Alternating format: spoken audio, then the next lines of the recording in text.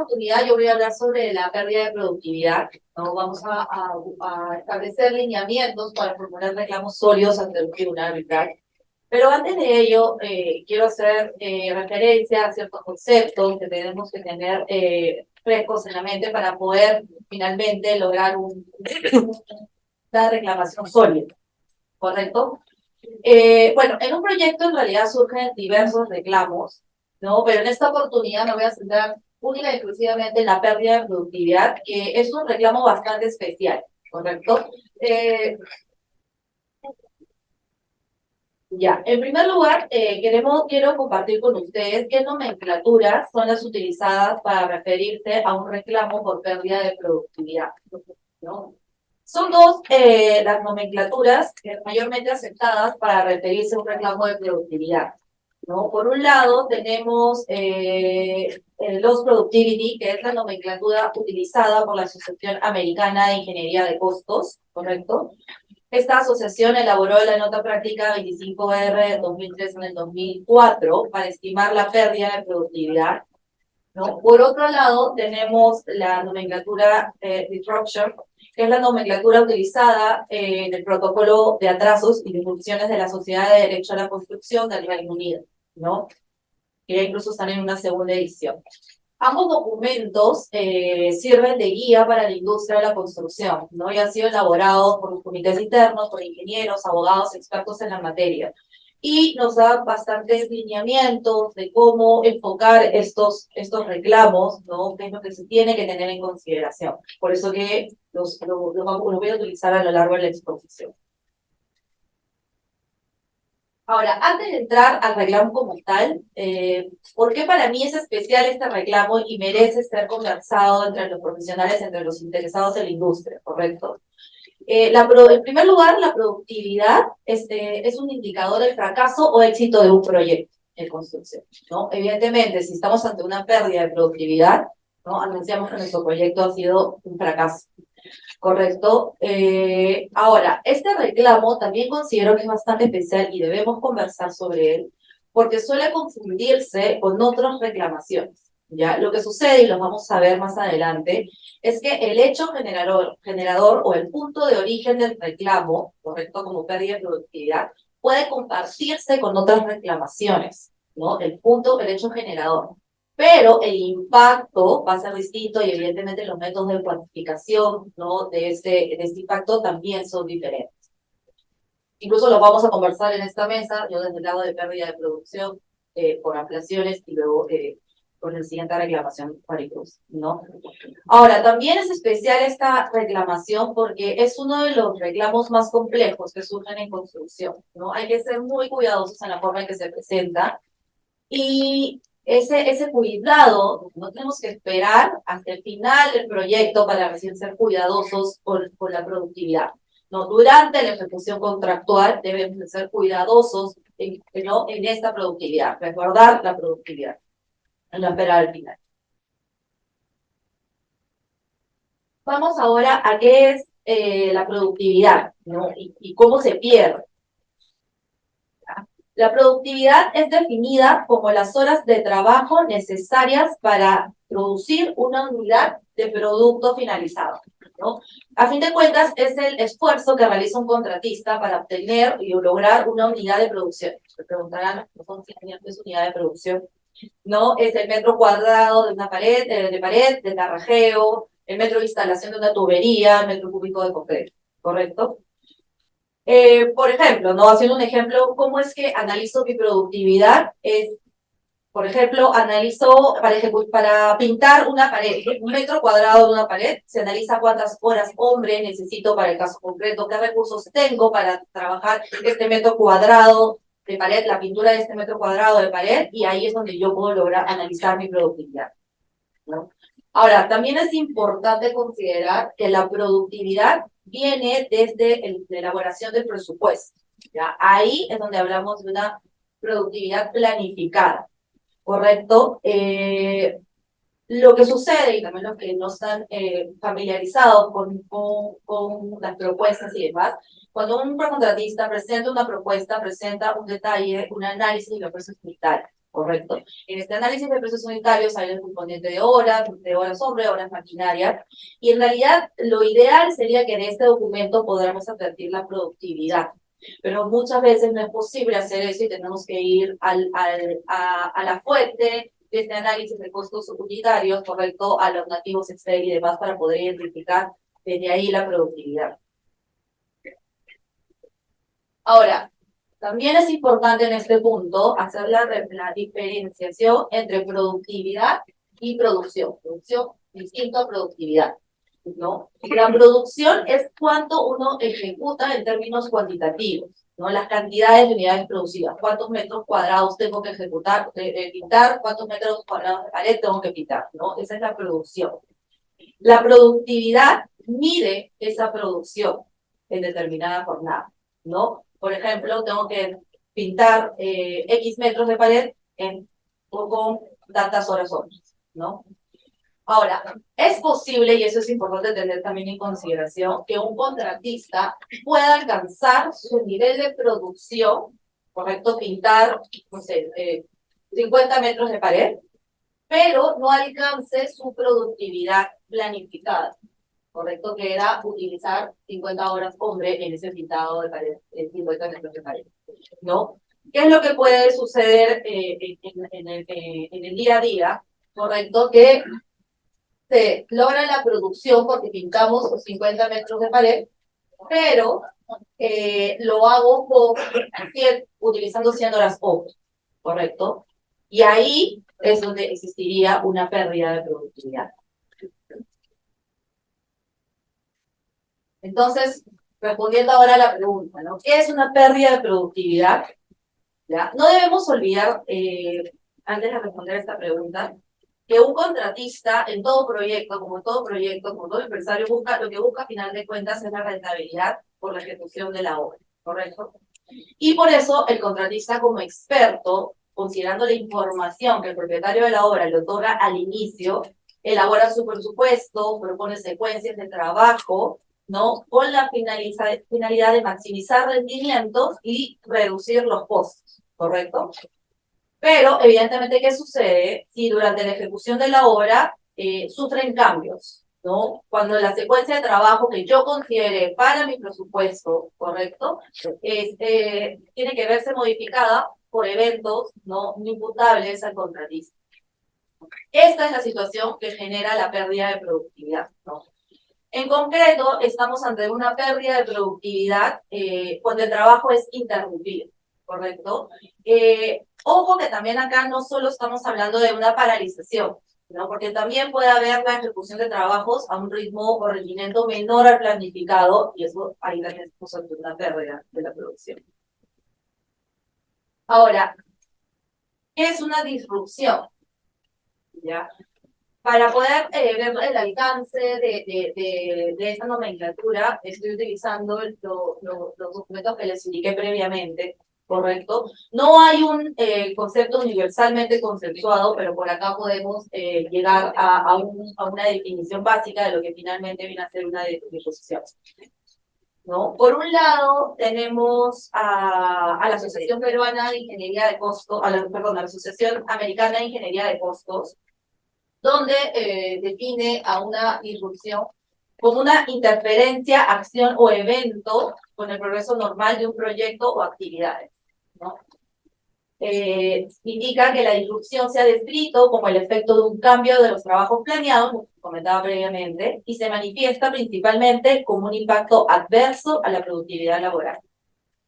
La disrupción del cronograma es cualquier cambio adverso, pero no necesariamente afectación de la ruta crítica o un retraso en la finalización del proyecto.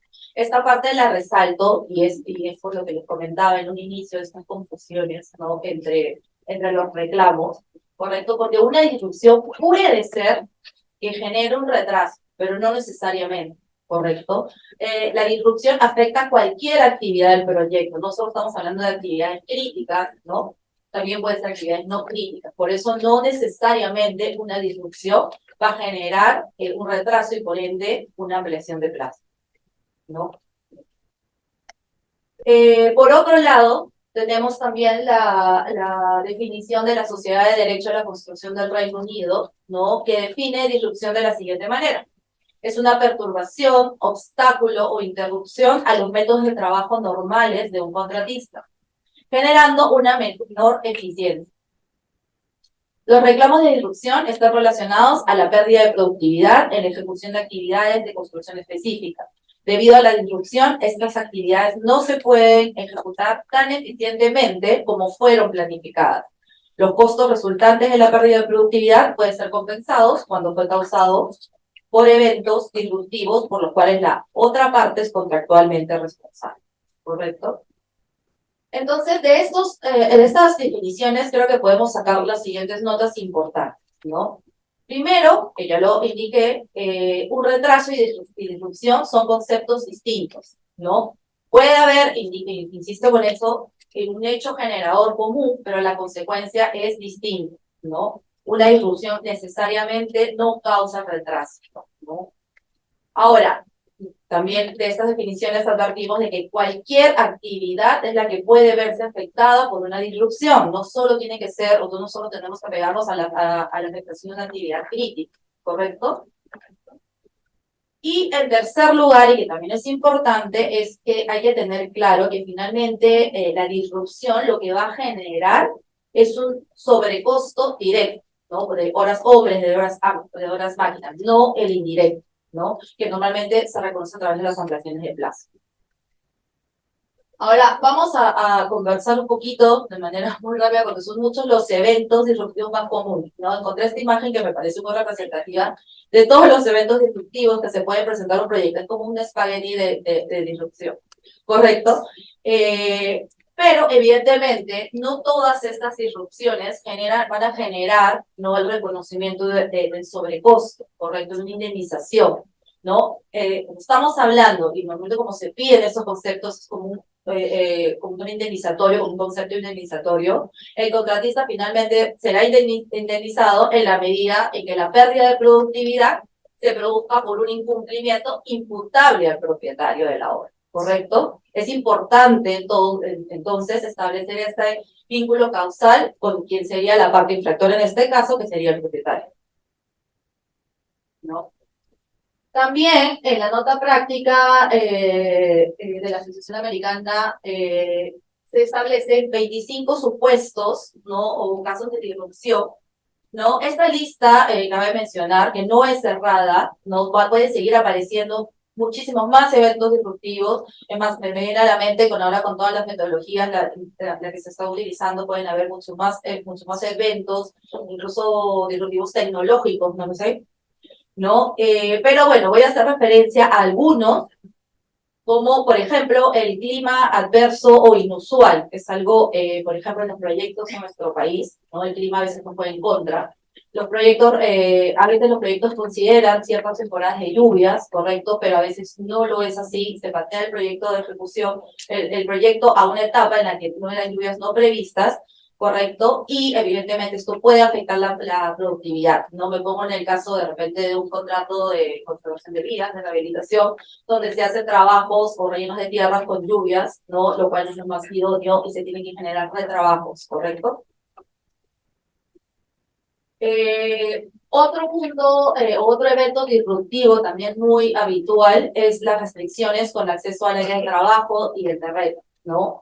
Normalmente esto es riesgo del propietario, ¿correcto? Salvo en el caso específico se le encarga al contratista liberar de interferencias específicamente, expropiar terrenos, negociar, ¿no? Pero no es lo normal, normalmente esto lo asume el propietario, ¿correcto? Evidentemente, si es que no lo hace o si entrega el terreno con interferencias, cargas legales o algún tipo de vicio, ¿no?, genera una pérdida de productividad.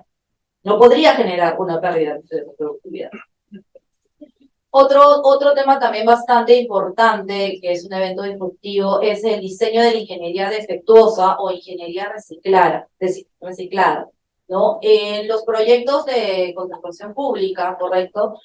Normalmente lo que sucede, y se dan muchos de estos problemas con el expediente técnico, porque lo que suele suceder es que el expediente técnico se realice en cierto año, ¿no? En tanto licitan o convocan allá a la ejecución de la obra, ¿no? Ese expediente técnico llega desfasado, ¿correcto? Entonces genera problemas en la ejecución de la obra, ¿no? Y no se pueden avanzar por los errores de repente también que tiene este expediente y finalmente se genera una disrupción, ¿no?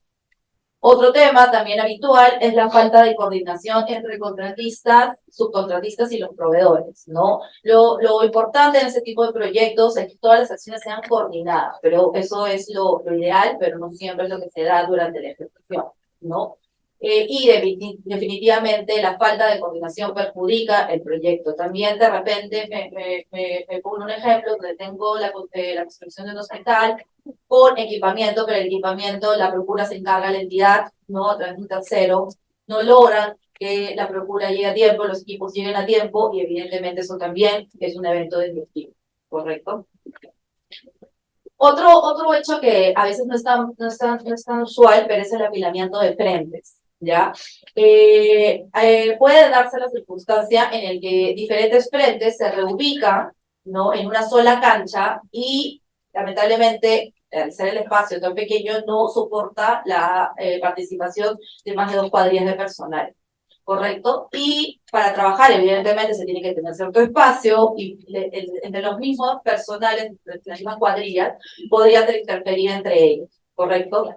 Entonces, es como que entre los trabajadores se estorban, lo cual también podría ser un evento disruptivo. ¿Ya?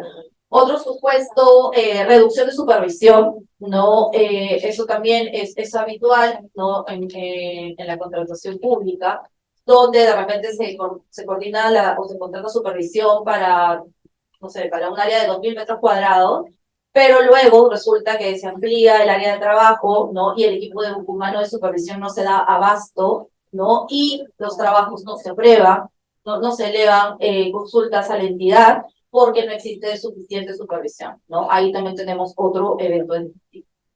Afectación de la curva de aprendizaje, por diferentes razones se puede romper la curva de aprendizaje, ahí también evidentemente tendremos que analizar de quién es la responsabilidad, ¿no? Del contratista, propietario. La moral baja del personal de cuadrillas, ¿no? En realidad este tiene como que 2 aristas, ¿no? Primero, nosotros sabemos que en obra se utiliza bastante obra de mano, ¿no? O mano de obra intensiva, ¿no? Y esto implica que los ánimos del personal se pueden ver menguados por factores, ¿no? Propios del proyecto, que pueden ser de repente incentivos negativos, que no se les paga lo que se acuerda, los incrementos económicos que se hace personal no se cumplen con ellos, ¿correcto? Y esto puede generar, ¿no? Esta baja del personal y que no avancen conforme a lo que estaba estipulado. Obviamente esto es una disrupción, pero también tenemos que ahí analizar quién tendría la responsabilidad caso por caso, ¿no? Otro evento podría ser los factores propios de la gestión del proyecto, ¿no? Acá impactan mucho las decisiones de la alta dirección y más me voy a las decisiones de la alta dirección del propietario del proyecto, ¿no? A veces los propietarios del proyecto, a través de sus administradores internos, no responden envíos o solicitudes de información de la manera oportuna, ¿correcto? O puede darse el caso de que reciben solicitudes de cambio, ¿no? Las agrupan, ¿no? Para finalmente tomar una decisión final respecto de estas órdenes de cambio y sin darse cuenta de que eso también podría generar una pérdida de producción, ¿no? Siendo eso también un evento disruptor. Aprobación de respuestas extemporáneas también es otro, ¿correcto? Entonces, así como estos pueden haber mucho más de acuerdo al espagueti que les mostré, pero siempre, y reitero, es importante analizar al responsable de ese evento disruptor, ¿no? ¿A quién le es atribuible? ¿Al propietario o al contratista? Si la respuesta evidentemente es al propietario, el evento disruptivo no podría correr para el contratista y pasamos a analizar ahora, vemos cómo cuantificamos este sobrecosto, ¿no? Ahora vayamos a los métodos para analizar la productividad. En realidad, por temas de tiempo, voy a hacer referencia al método que es el más usado, ¿no? Para analizar de productividad, ¿no? Que es el milla medida. Tenemos otros métodos como el valor ganado, estudio del proyecto in situ, comparativa con otros proyectos en industria, total cost, pero en esta oportunidad me voy a centrar en el milla medida, que es el método más utilizado y es el más aceptado por tribunales arbitrales. También, en la medida que, por ejemplo, la Sociedad de Derecho de la Construcción del Reino Unido, ¿no? La recoge también como uno de los métodos más aceptados para calcular la pérdida de productividad de la industria de la construcción, ¿no? Ahora, la milla medida es una metodología para analizar el impacto en la productividad de un proyecto de construcción que parte de una comparación de dos componentes al interior del proyecto, ¿no? Por un lado, analiza el nivel de productividad alcanzado por un periodo no impactado, ¿no? Por disrupción, versus, ¿no? Analiza el nivel de productividad por un periodo impactado.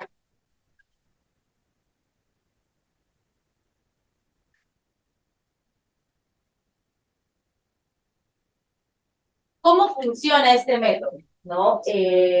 Primero, se tiene que analizar específicamente cuáles son los periodos donde no se ha tenido afectación, como indiqué previamente, ¿no? Y con esto lo que vamos a hacer es sacar la productividad milla medida o productividad media o línea base, así la denomina, ¿no? Sacando los periodos donde no se ha tenido la afectación, distintos periodos donde no se ha tenido esta afectación, sacamos la línea base, ¿no? Es lo que se pudo haber alcanzado en condiciones óptimas. Esa es la producción milla medida, ¿no? Ojo, y acá también cabe precisar que en este análisis no se ve la productividad del presupuesto que comentaba previamente, ¿no? El presupuesto planificado, ¿no? Porque se iría contra el propio método que busca analizar el periodo en la ejecución como tal, ¿no? El periodo no afectado durante la ejecución, no lo que yo planifiqué, ¿correcto? En segundo lugar, se debe ubicar la fase del proyecto afectada por la disrupción y se calcula la diferencia entre la productividad de esa fase y la productividad media, ¿correcto? Este comparativo se debe realizar idealmente con información contemporánea, o sea, información recogida de la obra, ¿no? Recogida los semanales, mensuales, ¿no? Y también cabe indicar que esta comparación o este análisis se efectúa actividad por actividad. Ahora, ¿qué debemos tomar en cuenta al seleccionar los periodos en comparación, ¿no? Al escoger periodos de comparación, debemos tener en cuenta de que pueden haber periodos o fases que, si bien no fueron afectados directamente por el evento disruptivo que estamos alegando, ¿no? Puede tener una productividad comprometida por otras externalidades, ¿no? Por nombrar algunos, bueno, la curva de aprendizaje, que comenté hace un momento que era también una deflexión, rotación de personal, retrabajos o correcciones de trabajos del propio contratista, evidentemente, y aceleración voluntaria, ¿no? Idealmente, al realizar la milla medida, estos factores que les he comentado deben ser retirados del análisis a fin de fortalecer la estimación del cálculo, ¿no? Ahora, ¿qué se necesita para utilizar este método? ¿Siempre se podrá usar? Pues depende, como decimos los abogados, ¿no? Usar este método, ¿no? Depende mucho de la calidad de información que se ha registrado en una obra, ¿no? Tendríamos que responder estas preguntas, ¿no? Se entregó reportes de hora hombre por actividad del cliente. ¿De qué forma el cliente tomó conocimiento de las horas que se han venido utilizando en los frentes? ¿No? Se entregó reportes diarios, semanales, mensuales, ¿no? Si la mayoría de las respuestas son favorables, podríamos aplicar la metodología del MIA. Ahora, ¿cuáles son los retos de este método? ¿No? Evidentemente que exista poca información respecto a la productividad alcanzada en los periodos bajo análisis, ¿correcto? Otro reto es que no se haya ejecutado trabajos iguales en periodos no impactados a aquellos al periodo impactado. Tenemos que comparar las actividades, ¿correcto? Y una tercera es que todo el proyecto haya sido impactado por un evento disruptivo y no podamos hacer referencia a un periodo no impactado para utilizarlo como línea base. ¿no? Que también puede surgir desde el inicio. Hay casos que desde el día uno, ¿no? Se generan eventos disruptivos y eso se jala y viene como una bola de nieve y al final todo el proyecto termina perjudicado, ¿no? ¿Cómo podemos superar estos retos? Ya existe una manera de superar estos retos y es con la aplicación de Baseline Productivity Analysis, el cual supone elaborar una línea base a partir de distintos periodos en los cuales la productividad del contratista fue maximizada, ¿no? Utilizar, como diríamos, lo menos peor, ¿no? De esta manera, la línea de control del proyecto podrá determinarse identificando periodos menos impactados por el evento disruptivo, ¿no? Lo que hace en realidad este método alternativo es que va a reconstruir la línea base con los periodos menos afectados. Como no hay ningún periodo que no esté afectado, utilizaremos los menos afectados para reconstruir una línea base. Y evidentemente en esta reconstrucción de esta línea base es esencial la participación del personal técnico, de peritos, ¿correcto? Entonces, ya para terminar y no quitarle a los compañeros, con todo lo que les he comentado, ¿cuáles serían, o sea, los lineamientos básicos para tener un reclamo sólido de productividad, por pérdida de productividad, ¿no? Ya se han ido decantando algunos de lo que hemos ido conversando. Uno, no, e insisto con ello, no es adecuado al final del proyecto recién, ¿no? Tratar de verificar la productividad del mismo y decir, oye, no, estoy en pérdida, quiero iniciar una reclamación. Lo correcto es tomar medidas desde adentro de la ejecución contractual para llegar finalmente a un reclamo sólido de ser el caso, ¿no? En esa línea es que lo correcto sería asignar un equipo dedicado a la medición de los rendimientos, ¿correcto? Durante la ejecución contractual, para tener la data necesaria de ser el caso, ¿no? Es muy importante que se levanten reportes diarios, semanales, ¿no? Con el detalle de la maquinaria que se encuentra trabajando, de repente establecer específicamente qué progresiva está, ¿no? Cuánto tiempo, lo mismo con los obreros y operadores, ¿no? Es necesario tener ese detalle, ¿no?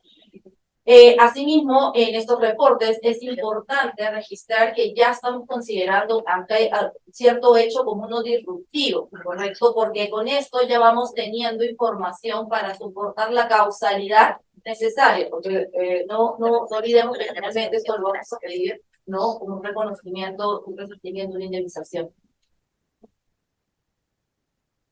De manera adicional, también es importante tener un registro del avance de otros frentes del proyecto, ¿no? Distinto al afectado. ¿Por qué?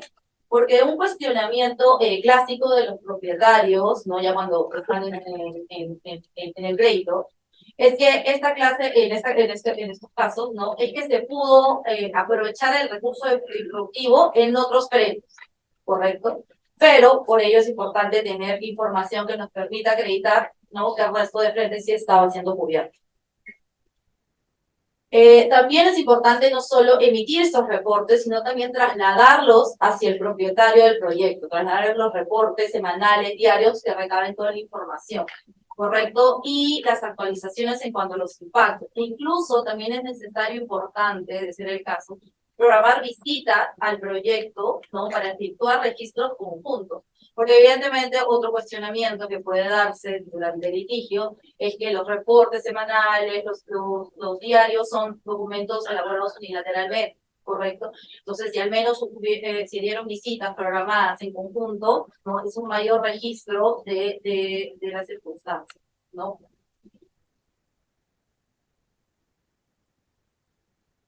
En realidad, hasta acá es mi exposición, ¿no? La idea, vuelvo a repetir, es que en un reclamo específicamente por pérdida de producción, no esperar hasta el final, ¿no? Todos los reclamos, no solo todos los reclamos en un proyecto deben ir formándose desde la ejecución contractual, por eso es importante un adecuado acompañamiento contractual, correcto, para finalmente, de ser el caso, ¿no? Y si se tiene que llegar a activar la cláusula de resolución de controversia, no se tenga el sustento adecuado, ¿no? Y no se esté con montos de repente sin sustento, inflados, que lo único que van a hacer es incurrir en gastos, ¿no? En activar cláusulas de resolución de controversias, sin que verdaderamente se tenga todo un respaldo sólido o la trazabilidad adecuada para que el reclamo sea aceptado ante un tribunal, ¿no? Bueno, con esta reflexión los dejo y le doy el uso de la sesión.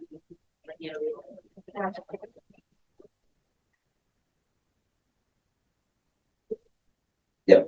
A ver, buenas noches a todos. En primer lugar, muchas gracias nuevamente por su asistencia y a quienes nos acompañan en remoto, ¿no? Muchas gracias por el interés en estos temas tan interesantes y tan interdisciplinarios, ¿no? Es de hecho bastante gratificante volver a donde uno se formó y sobre todo para compartir conocimientos de temas que resultan tan apasionantes para nosotros. En esta oportunidad yo les voy a comentar acerca de probablemente uno de los reclamos más comunes que encontramos en las disputas en el sector construcción y son las ampliaciones de plazo. Y nos vamos a concentrar en, digamos, el aspecto que sería el core sustantivo del sustancial del reclamo, que es el análisis del cronograma para determinar si existe o no una necesidad de extender el plazo de ejecución de obra. Para ello voy a partir de nociones quizás muy elementales, pero bastante necesarias para luego explorar un poco qué es lo que nos brindan los protocolos que ya nos introdujo brevemente Carla, el de Delay and Disruption de la Sociedad de Derecho a la Construcción de UK o los protocolos, las prácticas recomendadas de la ACE, que es, digamos, la versión americana. Para finalizar, con unos insights que debemos tener como asesores legales, como abogados, representantes de un reclamante, para maximizar y para aportar un valor al momento de presentar este tipo de reclamaciones. Así que vamos por partes, ¿no? Primero vamos a comenzar repasando elementos importantes en el contrato de construcción. El contrato de construcción, bueno, normalmente tiene un amplio número de cláusulas, pero lo que podemos resaltar son el alcance, ¿no? Que es el objeto del contrato, las prestaciones que se tienen que llevar a cabo, el precio, el monto en dinero, lo que cuesta el proyecto, y el plazo, que es lo que nos vamos a concentrar en este momento, que es el plazo de ejecución de obra en la que se va a llevar a cabo el trabajo, y tenemos la secuencia constructiva, que es la planificación de la cadena de actividades. Concentrándonos en el plazo, acá primero no estamos hablando del término plazo del contrato del Código Civil, ¿no? Estamos hablando acá de un término más coloquial.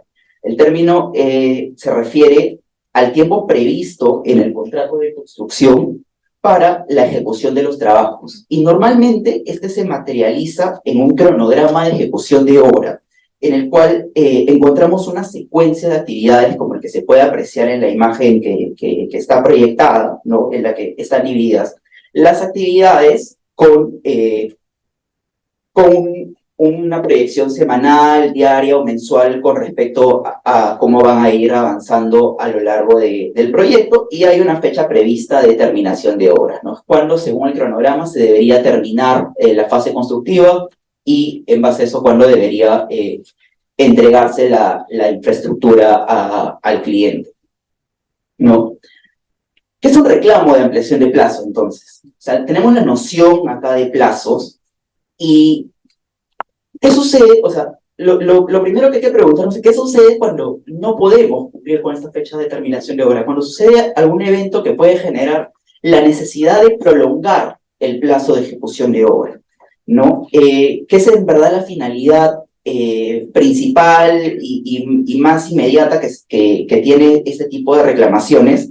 Pero tiene una serie de resultados adicionales, como es tener una nueva fecha prevista de terminación, una necesidad de luego, en base a la nueva fecha de terminación, reorganizar y reprogramar los trabajos y las tareas que se dividen y se encuentran a lo largo del cronograma.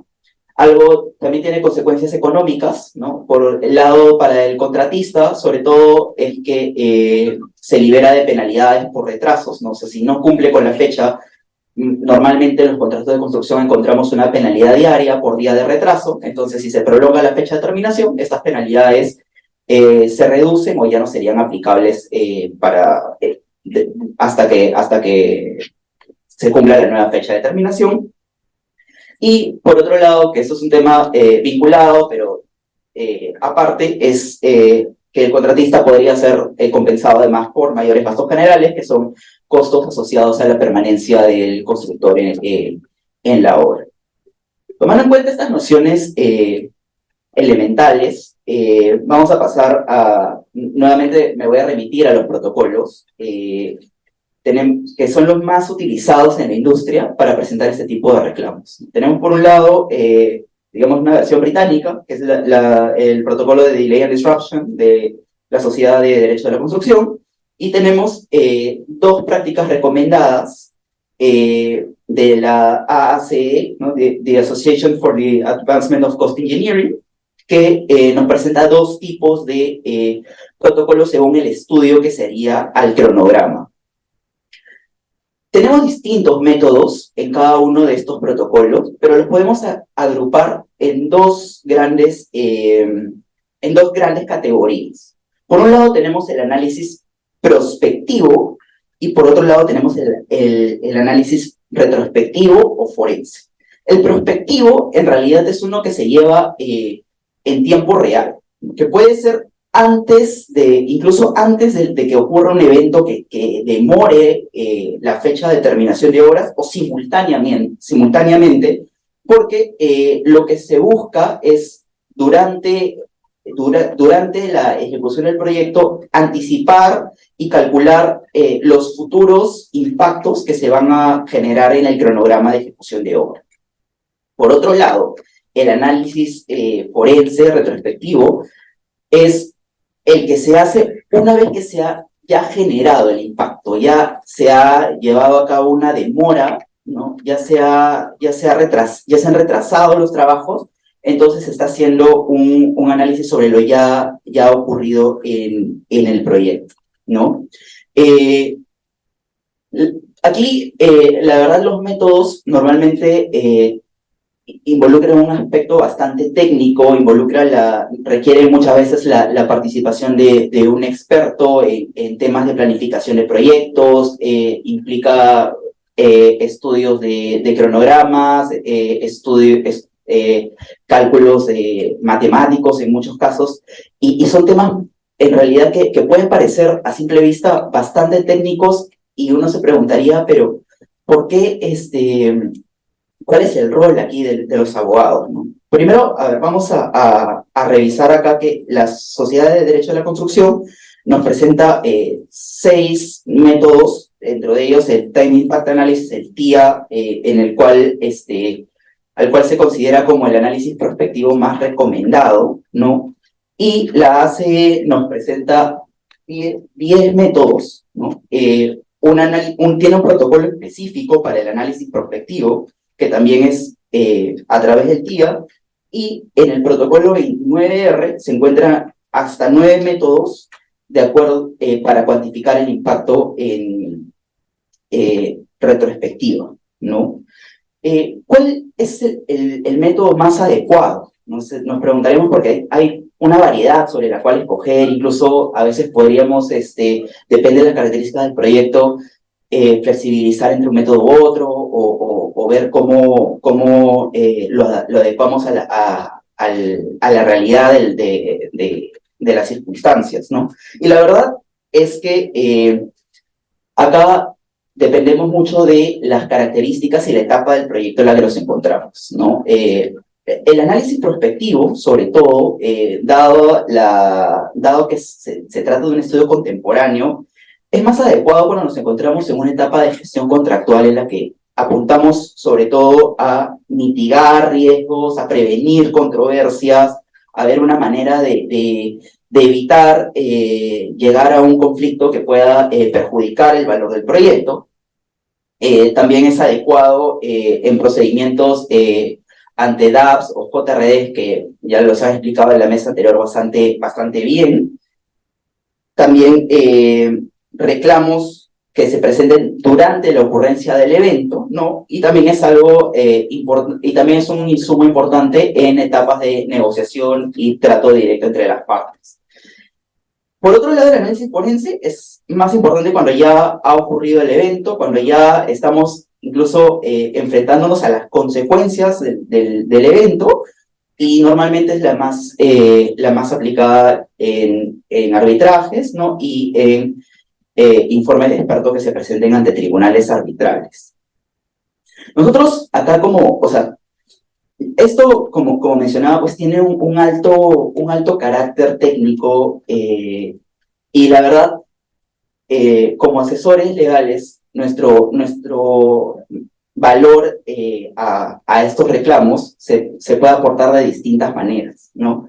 Y primero es porque, en realidad, si bien estos protocolos nos dan lineamientos para, digamos, presentar un reclamo, para sustentarlo, para cuantificarlo, lo cierto es que no debemos olvidar que siempre estos proyectos y estos impactos se generan en el marco de un contrato, de la ejecución de un contrato. Entonces es importante que conozcamos la distribución de riesgos en el contrato, porque puede haber un evento que uno puede decir sí, o sea, daría lugar a la necesidad de ampliar el plazo, pero aquel punto es, ya, pero el evento es un riesgo de qué parte, es un riesgo del cliente, es un riesgo del contratista, es un riesgo que quizás no ha sido expresamente asignado entre las partes, es una interpretación que es muy importante que se haga de acuerdo con el cuerpo del contrato y las reglas que sean aplicables a este, ¿no? También es importante conocer si es que en el contrato, en algunos casos sucede, quizás te imponen un protocolo o te imponen un método que lo puedes encontrar en más de un protocolo, ¿no? Entonces, también hay una labor interpretativa importante para saber exactamente cuál es el método, o sea, que no estemos usando un método, mejor dicho, que pueda generar la improcedencia de nuestro reclamo o que pueda hacer que se desestime solamente por usar un método que no está pactado. Y algo que también es bastante importante tomar en cuenta al momento de hacer un análisis de plazo, que eso es algo que también se toma en cuenta al momento de hacer el análisis técnico del cronograma, es la concurrencia de responsabilidades. A veces un evento disruptivo puede ser un evento que genera demora en el proyecto, puede ser responsabilidad compartida entre las partes, o puede haber una demora concurrente de cada una de ellas. Entonces es un análisis que también tiene sus connotaciones legales, sobre todo para distribuir las consecuencias y cuál es la compensación en plazo que correspondería, ¿no? Y algo que también es muy importante, además de la etapa del proyecto en la que nos encontramos, ¿no? Lo ideal, evidentemente, sería solucionar estos impactos durante la fase de ejecución, evitando que se llegue a controversias mayores que arrastren valor al proyecto. Es también un elemento que se ha mencionado bastante tanto en la mesa anterior como en esta, es la trazabilidad, ¿no? ¿Qué tanto registro tenemos qué tanta evidencia tenemos de la ocurrencia del evento, de la causalidad con las demoras, ¿no? Y evidentemente también un aspecto a tomar en cuenta es cuál es la disponibilidad de inversión que tendría un constructor para determinar para cuantificar el reclamo, para determinar cuál es el impacto. En muchos casos, como mencionamos, se requiere la participación de expertos. A veces el estudio del cronograma puede tomar plazos, puede tomar un tiempo prolongado de acuerdo a cuán sofisticado sea el método que se quiera utilizar. Es también a veces un servicio costoso, algunos menos que otros, algunos más que otros. Entonces es un factor importante que también debe tomarse en cuenta y puede evaluarse sobre todo en la etapa en la que se estaría presentando un reclamo. Quizás una inversión, no sé, o sea, se vea distinta cuando se quiere presentar un reclamo en una fase más de gestión, una fase más de negociación, en la que se puede hacer más concesiones comerciales, que quizás en una fase ya más contenciosa, como sería un proceso arbitral en el que tenemos pues estándares de prueba, tenemos tribunales que normalmente nos exigen una carga mucho más alta de evidencia, ¿no? O sea, serían algunos insights, ¿no? Y con eso terminaría esta parte de la presentación y doy la palabra a mi colega Maricruz. Voy a tratar de ser breve porque sé que el tiempo apremia y aún nos queda una mesa más, pero quedamos atentos a las consultas que puedan surgir al terminar el seminario.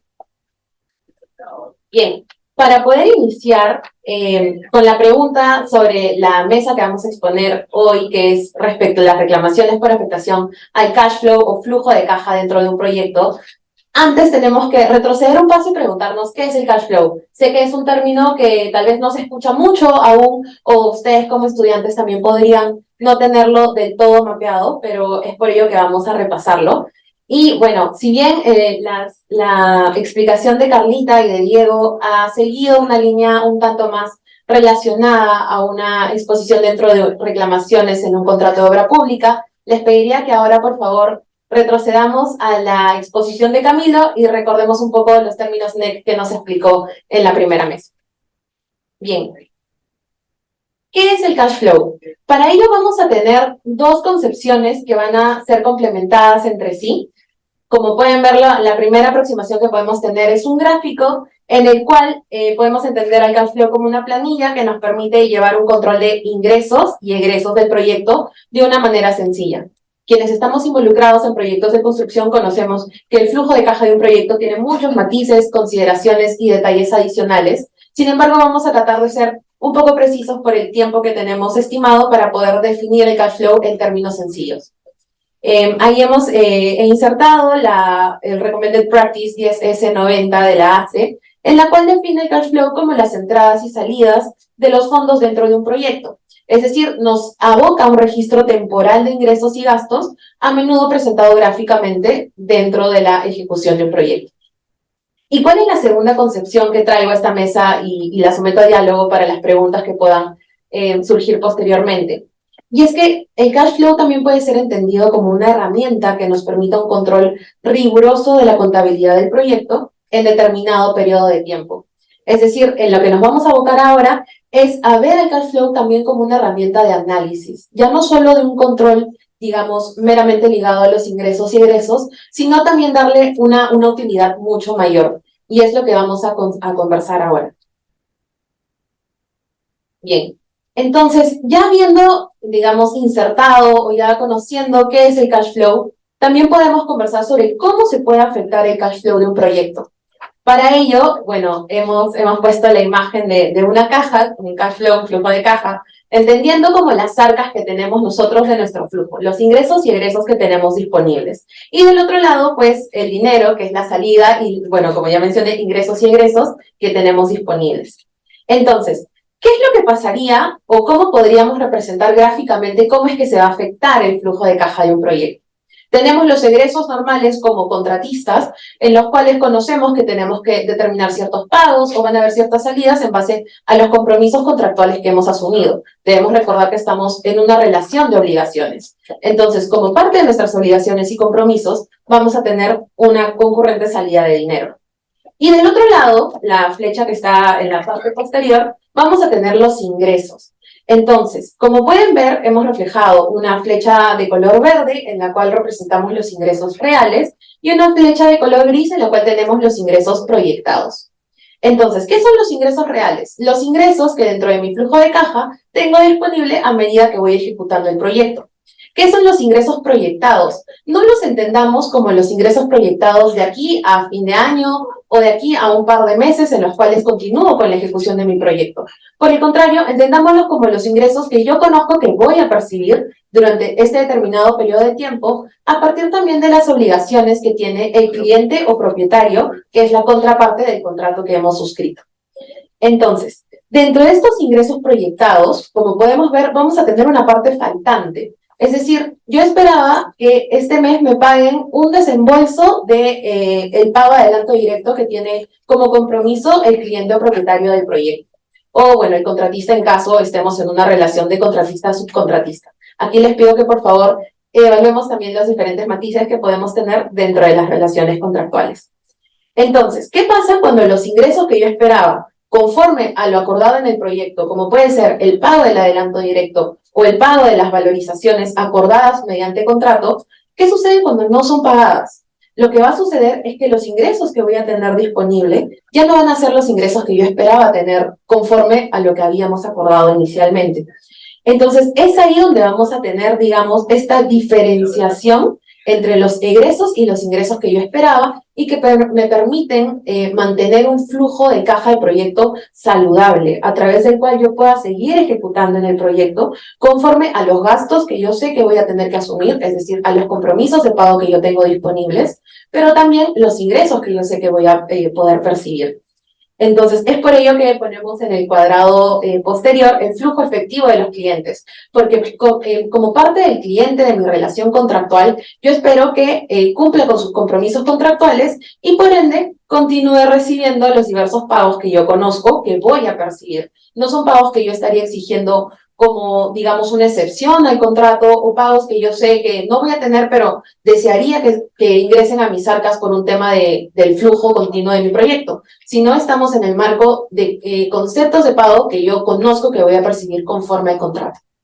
Y bueno, para poder representar un poco mejor, digamos, a qué nos estamos refiriendo con el flujo continuo de la caja del proyecto, hemos insertado ahí una imagen de un barco y me gustaría que por favor participemos de una metáfora.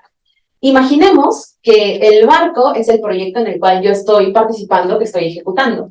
Y el barco está transitando por un río y dentro del río nosotros tenemos agua. El agua, vamos a imaginar que es los ingresos y egresos de dinero. Es decir, el continuo movimiento del dinero entrando y saliendo a mi caja del proyecto. Entonces, si tenemos un río en el cual el flujo es constante, el barco va a poder seguir avanzando porque tiene el agua para poder seguir haciéndolo. Es decir, el bote o el barco se va a poder mover conforme al movimiento del agua constante. Es decir, si yo inicio con un flujo de caja adecuado y saludable y al término del proyecto ese nivel de agua sigue al nivel esperado, el bote va a poder seguir moviéndose. Es decir, el proyecto va a poder continuar conforme a lo ejecutado. Como mencionaron las personas que me antecedieron, no existe un proyecto perfecto. Es más, cuando una relación es bastante larga, conocemos que van a poder surgir dificultades a medida que vayamos ejecutando el proyecto, pero la idea es que estas dificultades puedan ser advertidas a un tiempo adecuado y sobre todo resueltas por el bien del proyecto. Continuando con la metáfora, ¿qué pasaría si es que el río en realidad entra en una sequía? Es decir, el bote empieza a navegar, pero vemos que el flujo de agua baja. Es decir, ya no tiene la misma cantidad de agua con la cual salió del puerto, sino que a medida que va avanzando, el agua va disminuyendo. Lo que va a suceder es que pues, el barco o el bote no va a poder avanzar conforme a lo que se esperaba, es decir, no vamos a poder tener el avance que estábamos esperando, y si sigue avanzando conforme la sequía va aumentando y llega un punto en el que ya no tiene agua, lo que va a pasar con el bote es que se va a estancar en el barro. No va a poder seguir avanzando. Es decir, la continua ejecución del proyecto no va a poder garantizarse conforme a lo esperado. ¿Por qué? Porque no tenemos el movimiento de agua que esperábamos. Así es como podemos entender de una manera más sencilla la operación o la manera de funcionar de un flujo de caja de un proyecto. Digamos en términos generales, conforme a lo que estamos conversando ahora. Bien, entonces ya habiendo entendido un poco mejor cuál es la mecánica del flujo de caja de un proyecto, vayamos a cómo podemos construir un caso a través de la prueba, las situaciones en las cuales el flujo de caja de mi proyecto no haya, digamos, avanzado conforme a lo que se esperaba. Y para ello tenemos que conversar un poco sobre cómo surgen las reclamaciones por afectación al cash flow. Aquí tenemos que ver la diversa gama de herramientas contractuales disponibles. No las hemos agrupado en base a una categorización en específico, sino digamos cómo se suele ver en la práctica, cómo es que se van construyendo o digamos los antecedentes que tenemos al momento de iniciar un arbitraje. En Aura pueden surgir diversas mesas de trabajo, coordinaciones, acuerdos a través de los cuales el contratista y el cliente puedan ir conversando sobre cómo es que se van a dar los pagos que yo esperaba para el ingreso de dinero en mi flujo de caja. También, como se conversó, como se explicó en la primera mesa, tenemos las notificaciones de alertas tempranas y de eventos compensables, que son las herramientas que nos brindan los contratos estandarizados NEC. Y bueno, como todo contrato, tenemos una activación de cláusula de solución de controversias, que como ya, la verdad que las participaciones anteriores me permiten ya poder tener ciertos conceptos explicados. Existen ahora ciertas cláusulas de solución de controversias escalonadas, en la cual primero vamos a tener la conformación de un DAP, asistir ante un DAP y posteriormente remitiremos arbitraje. Dado el tenor de la mesa en la cual estamos participando ahora, les pido que por favor nos pongamos en el escenario en el cual ya estamos frente a un eventual arbitraje. Ya asumimos todas las etapas del contrato que nosotros requeríamos y ahora ya estamos en la fase del arbitraje. Entonces, tras agotar todas estas herramientas contractuales para gestionar el riesgo por impacto en costo o plazo del proyecto, se tiene que activar esta cláusula de solución de controversias a través de la cual se canalicen aquellas, digamos, divergencias que hayan podido surgir durante la ejecución del contrato. Entonces, acá nos planteamos la siguiente pregunta. ¿Es importante la emisión de las alertas tempranas y de los eventos compensables a medida que voy alertando, que voy conociendo sobre estos posibles impactos en el flujo de caja de mi proyecto? Y la respuesta es sí. Como mencionó tanto Carla como Diego, hay una palabra clave dentro de los procesos arbitrales que es, y bueno, dentro de, digamos, cualquier escenario en el cual nos podamos poner en un ámbito legal, que es la trazabilidad. Requerimos de trazabilidad para conocer y tener el registro sobre cuáles han sido los hechos acontecidos, las acciones adoptadas, si ha habido una participación colaborativa o no de las partes. Ello nos permite construir la estrategia de nuestro caso y sobre todo digamos, ideando cómo es la posición que nuestra parte va a asumir dentro de un proceso arbitral. Entonces, ¿cómo puede aportar en la construcción de la estrategia seguir ante un tribunal arbitral? La trazabilidad es la clave frente a la posición que asumamos. ¿Y es suficiente alegar una afectación al flujo de caja como parte de, digamos, el reclamo que vaya a interponer o la controversia que se vaya a iniciar? Es decir, yo digo, bueno, sí, mi bote, regresando a la metáfora explicada, mi bote no logró continuar, tuvimos una sequía, no pude continuar avanzando con mi proyecto. Solamente con alegar que tuve un impacto en mi flujo de caja ya es suficiente. Considero, y a partir de la línea, digamos, no una línea de tiempo, pero los gráficos que podemos ver de colores azules hacia verde, vamos a tener un escenario así tal como lo estamos explicando. En primer lugar, vamos a tener un posible incumplimiento de las obligaciones de pago a cargo de mi cliente. Como digo, nos estamos poniendo en este escenario en específico. Pueden existir un sinfín de escenarios más, como conocemos, cada proyecto, cada caso va a tener propias particularidades, pero para efectos de la explicación que les estoy transmitiendo ahora, nos pondremos frente a un posible incumplimiento de obligaciones de pago. Este incumplimiento me podría generar una afectación al cash flow del proyecto, es decir, el flujo de caja no va a continuar conforme a lo que yo ideaba, entonces estoy alertando sobre una posible afectación o sobre una afectación tal vez ya materializada, pero dentro de mi flujo de caja. ¿Cómo tendría que posteriormente materializarse esta afectación? Tenemos que demostrar también que existe un retraso en la ejecución de las obras, un impacto en costo y o plazo que está siendo generado a partir de la afectación del cash flow.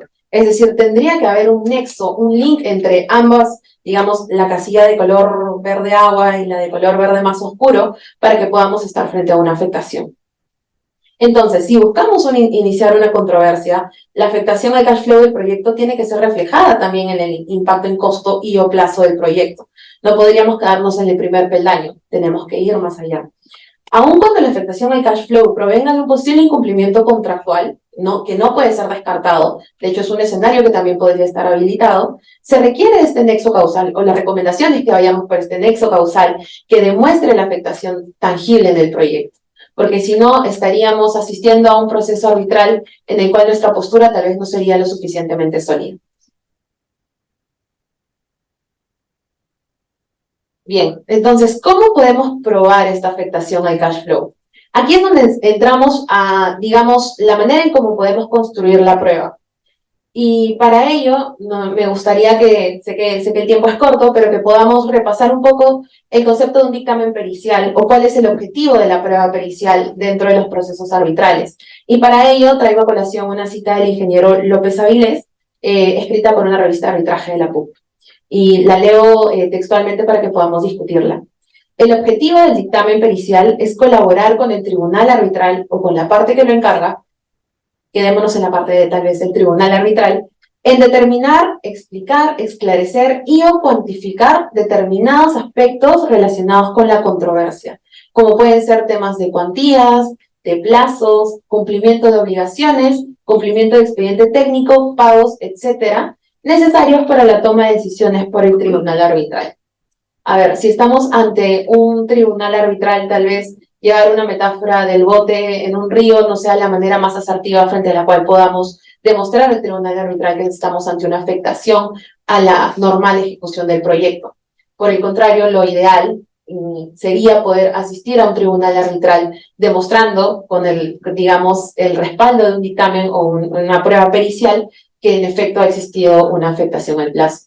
Recordemos que quienes elaboran los dictámenes periciales son personas independientes con determinados conocimientos técnicos que nos permiten o que permiten que el tribunal arbitral pueda advertir de ciertas problemáticas que no son parte de su core, de su dominio de tema, pero que al ser digamos, un informe, una pericia independiente, sí permiten que se traslade esta información sobre los hechos acontecidos de una manera imparcial, independiente. La vista de un tercero, estamos frente a la perspectiva de un tercero independiente que está asistiendo a un tribunal a explicar el análisis, lo evaluado, lo examinado dentro del objeto de su dictamen. Entonces, ¿cuál es el dictamen pericial? ¿Cuál sería su objetivo? Y la característica principal es que este análisis y desarrollo de conocimientos técnicos va a poder aportar en el proceso a través de darle las herramientas al tribunal arbitral para que pueda dilucidar la controversia. Ya estará en, digamos, la esfera del tribunal arbitral si va a adoptar la posición que el perito está explicando, si considera que existen tal vez ciertas falencias en su análisis. Ese es un tema que nos daría para otra mesa y para otro seminario adicional. Pero digamos que esto es a grandes rasgos lo que podríamos determinar sobre los dictámenes periciales. Y en este caso, lo que estaría el objeto de la pericia o lo que tendría que demostrarse o ser parte de digamos, el dictamen, que tal vez sería de un corte técnico, económico, sería demostrar cuál ha sido la afectación al cash flow, al flujo de caja del proyecto. Y bueno, como segunda idea, tenemos que las pruebas aportadas en el proceso no solo deben demostrar la afectación al cash flow del proyecto, sino, como ya mencioné, cuál es el nexo que nos vincula a la segunda parte de nuestro reclamo. Es decir, nos ha afectado en plazo, nos ha afectado en costo, cuál es la relación, cómo se ha llegado de la afectación del flujo de caja a la afectación del plazo y costo en mi proyecto. Es ese nexo causal que tampoco no podemos dejar de advertir o dejar de analizar al momento de idear la estrategia que vamos a seguir.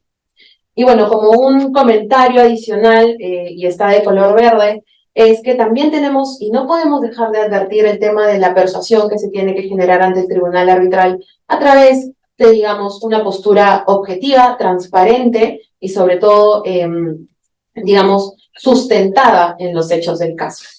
Y es que al ser, digamos, parte del análisis, estos documentos sobre una posible afectación, tal vez documentos de corte más interno, se tiene que dejar clara cuál es la transparencia que estamos asumiendo como nuestra posición ante el tribunal. Bueno, ya para finalizar, porque como les dije, el tiempo apremia, repasemos un poco las lecciones aprendidas de lo que hemos conversado ahora, tal vez de una manera un tanto unilateral, pero como ya mencionamos, habrá una ronda de preguntas al final del seminario. En primer lugar, los proyectos requieren mantener un cash flow saludable durante la ejecución contractual, con el objetivo de mantener un normal desarrollo de las obras. Lo que busca tanto mi cliente, lo que busco yo contratista, es poder ejecutar de una manera continua, normal, periódica, y que de esta manera podamos concluir con el proyecto de una manera, digamos, rápida, conforme a lo acordado, sin mayores complicaciones. Digamos que ese es el escenario ideal en el cual los contratistas y los clientes suscriben el contrato.